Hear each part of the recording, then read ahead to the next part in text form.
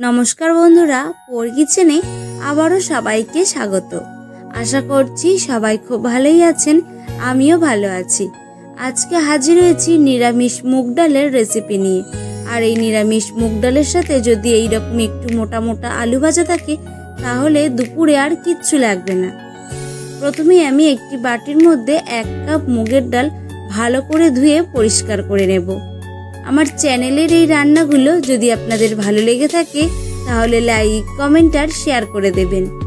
এবারে এখানে একটু বড় সাইজ করে ঝিঙে কেটে নিয়েছি, আর নিয়েছি চেরা কাঁচা লঙ্কা, মিষ্টি কুমড়ো লম্বা করে কেটে রেখেছি, আলু, আর নিয়েছি একটা টমেটো।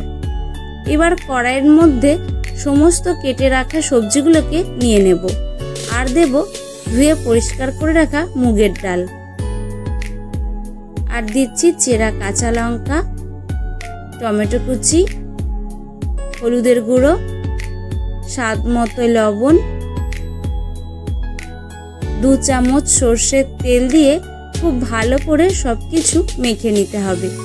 আমার চ্যানেল এখনো না সাবস্ক্রাইব করা থাকলে চ্যানেলটিকে সাবস্ক্রাইব করে বেল বাটনটি প্রেস করে পাশে থাকবেন, আর নোটিফিকেশন অল করে রাখবেন এইরকম নিত্য নতুন রেসিপি সবার আগে দেখার জন্য। খুব ভালো করে মেখে নিয়েছি। এখন আমি পরিমাণ মতো জল দিয়ে দেব। পরিমাণ মতো জল দিয়ে ঢেকে মুগ ডালটাকে ভালো করে সেদ্ধ করে নিতে হবে। গ্যাসের ফ্লেমটা মিডিয়াম করে মুগ ডাল ভালো করে সেদ্ধ করে নিয়েছি। দেখুন, ডাল আর সবজিগুলো কিন্তু একদম পারফেক্টভাবে সেদ্ধ হয়ে গেছে। এখন এই ডালটাকে একটা বাটির মধ্যে নামিয়ে নেব। এবার কড়াই ভালো করে ধুয়ে পরিষ্কার করে নিয়ে কড়ার মধ্যে দিয়ে দেব সর্ষের তেল। সর্ষের তেল ভালো করে গরম হয়ে গেলে ফোড়নে দেব তেজপাতা, শুকনো লঙ্কা, আর সামান্য একটু হিং, আর দিয়ে দেব আদা বাটা। এবার ভালো করে আদাটাকে একটু নাড়াচাড়া করে ভেজে নিতে হবে। যতক্ষণ না আদার কাঁচা গন্ধটা যাচ্ছে ততক্ষণ আদাটাকে ভেজে নিয়ে দিয়ে দেব মুগের ডালটাকে। এবার এই মুগের ডালটাকে বেশ ভালো মতো একটু ফুটিয়ে নেব। যে কোনো নিরামিষ দিনে আপনারা তরকারি না করে যদি এই মুগের ডালটা আর তার সাথে একটু মোটা মোটা করে আলু ভেজে নেন তাহলে কিন্তু আর কিচ্ছু লাগে না। এবার দিয়ে দিলাম ভাজা জিরের গুঁড়ো, আর সামান্য একটু চিনি, আর দিলাম 1/2 চামচ ঘি।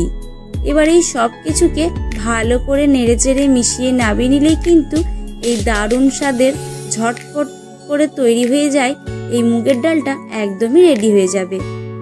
আশা করছি আজকের এই মুগের ডালের রেসিপিটা একটু হলেও ভালো লেগেছে। যদি ভালো লেগে থাকে লাইক, কমেন্ট, শেয়ার করতে ভুলবেন না কিন্তু। আর যদি খুব বেশি ভালো লেগে থাকে আপনাদের আত্মীয় পরিজন বন্ধুদেরকে শেয়ার করে দেবেন। আমি এখানে লেবু, লঙ্কা, আলু ভাজার সাথে এই মুগের ডালটা পরিবেশন করিয়ে দেখিয়েছি।